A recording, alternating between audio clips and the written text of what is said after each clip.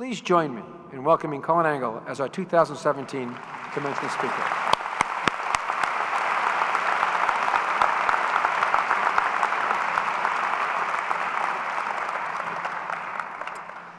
Congratulations! You have achieved one of the first great milestones in adult life, surviving college. It's a milestone earned through many things: friendships, relationships, and family support. Remember to thank them. They put up with a lot, especially your parents, whom in many cases worked for many years to enable you to have this experience. But let us not forget that you had a lot to do with it too. There are things inside you that you may not frequently think about or think about at all. And these things drove and motivated you. They helped you reach this day today. These things include courage, determination, competitiveness, creativity, fear of failure, guilt, ambition, or luck. As you likely know from the program, or possibly my introduction, my name is Colin. I am one of the founders of iRobot, its chairman and CEO. I build robots for a living. iRobot is 27 years old, and this is the only job I have ever had outside being a graduate student or a camp counselor. I guess that's a little rare to stay at a job so long these days, but one of the reasons I have done so is that I spent a lot of time working to make the culture of iRobot a culture I want to be part of. I guess being boss and founder makes that easier, as companies frequently reflect the behavior and values of their leaders. In some companies, it emerges from the fact that employees that share values with their bosses are often promoted faster and feel more at home and thus stay longer. But in an increasing number of companies, the culture is thoughtfully communicated and reinforced. And at many great companies today, they hire and fire based on cultural fit. And an increasing number of them consider this the most important factor in determining who they make job offers to. Which gets me to the point of my address. Most of you are about to enter the workforce, and you want a job that you will enjoy and an employer that will value you in return. Companies, like people, have personalities, and there are ones that you will like and some that you will not. So when you go into an interview, do you know what the values of the company you are interviewing at are? Since you're going to be judged on your values, have you given any thought to what your values are? In the interview, remember the stories you tell, how you answer questions, and how you live your life reveal at least some of this. And through these answers, the interviewer will form a picture. I tell you this not because I'm trying to help you figure out how to game the system, looking up the values of the company and then making up stories that match, which actually might work, but only in the short term. I tell you this because your longer-term happiness in any job and your career is based on being part of something you believe in and that aligns well with who you are. So how do you figure out what a company values are?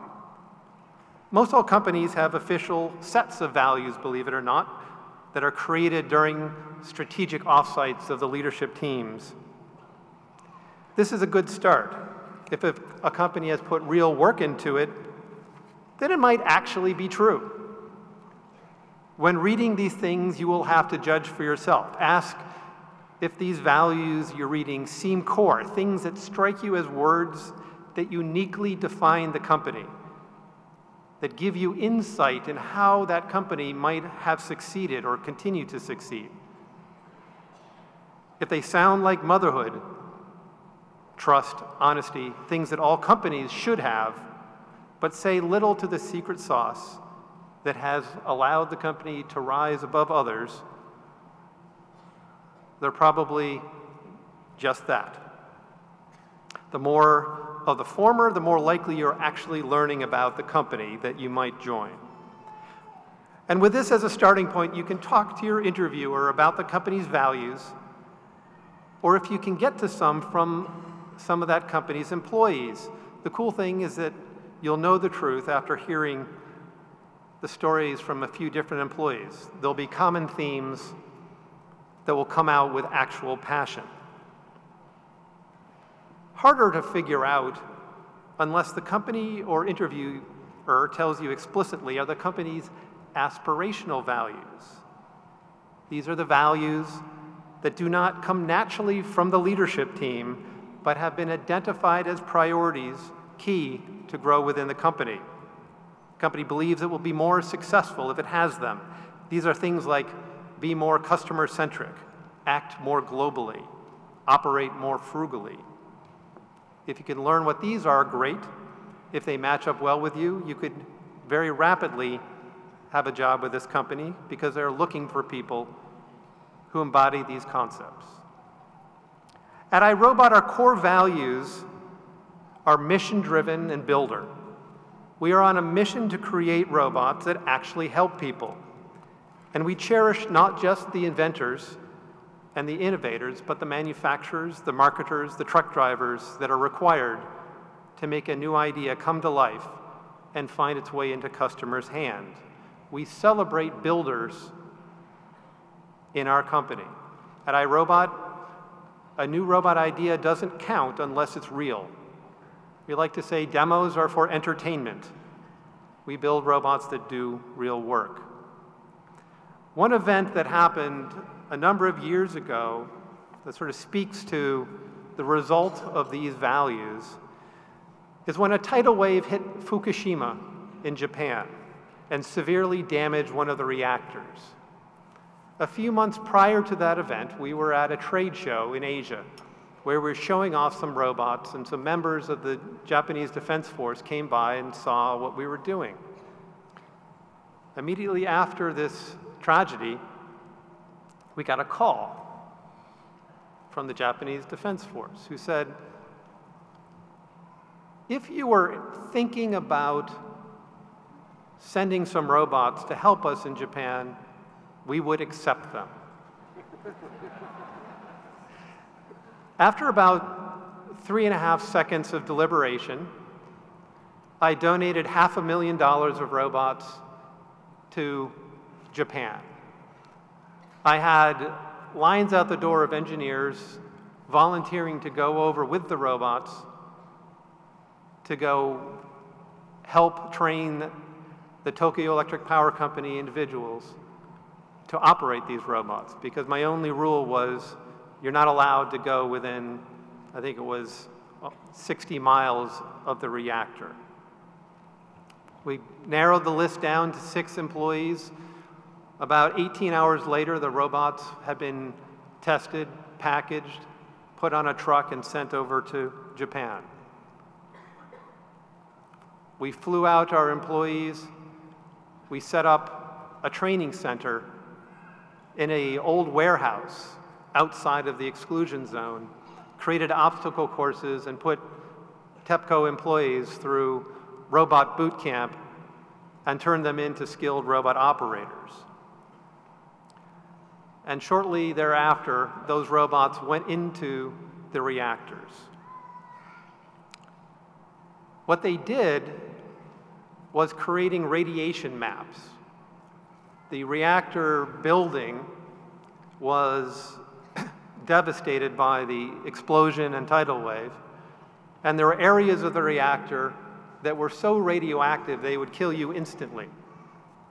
And we were searching for a path to allow an operator, a human being, wearing protective clothing, to go through make it to the control room to help get the radioactive material back down into the protective enclosures and bath that neutralize the emissions.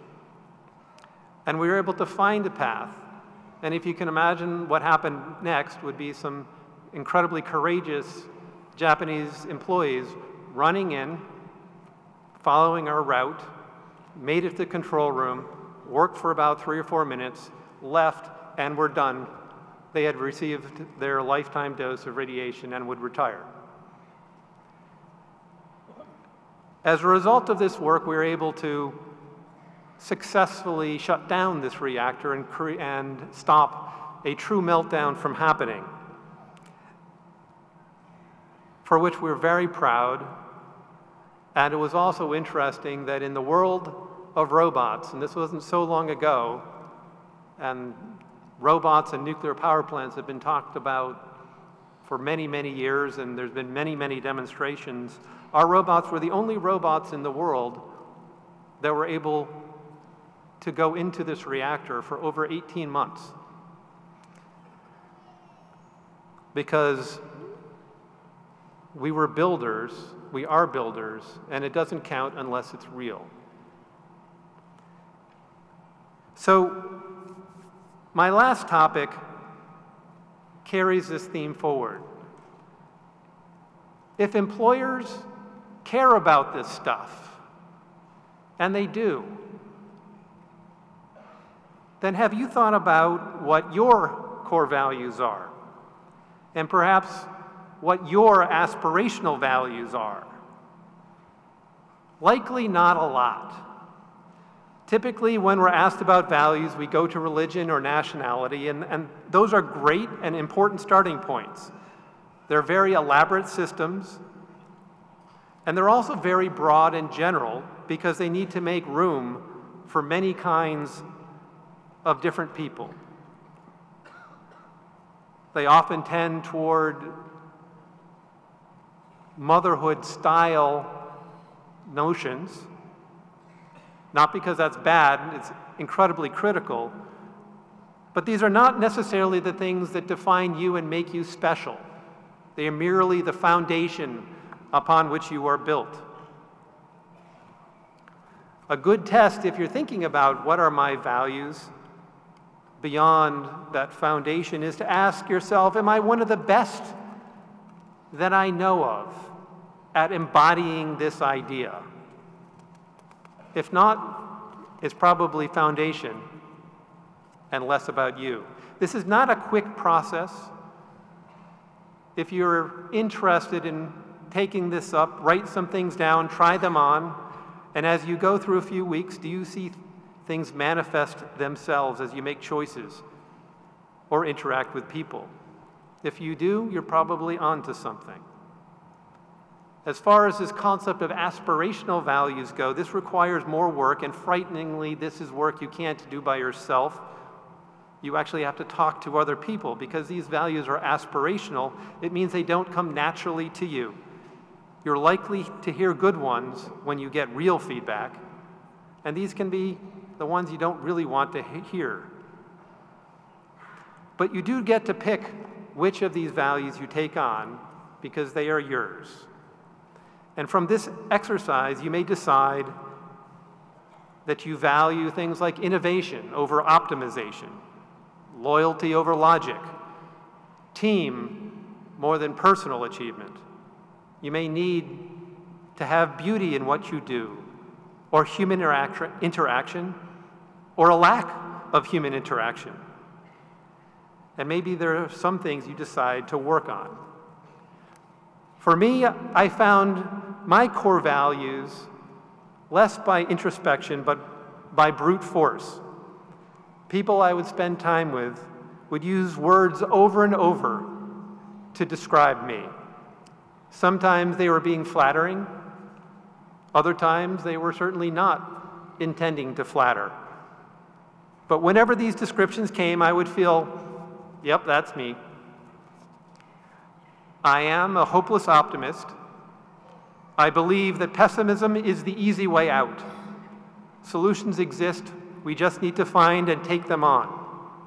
I work hard to do the right thing, even when the short-term consequences are bad, or it requires swallowing my pride and ambition.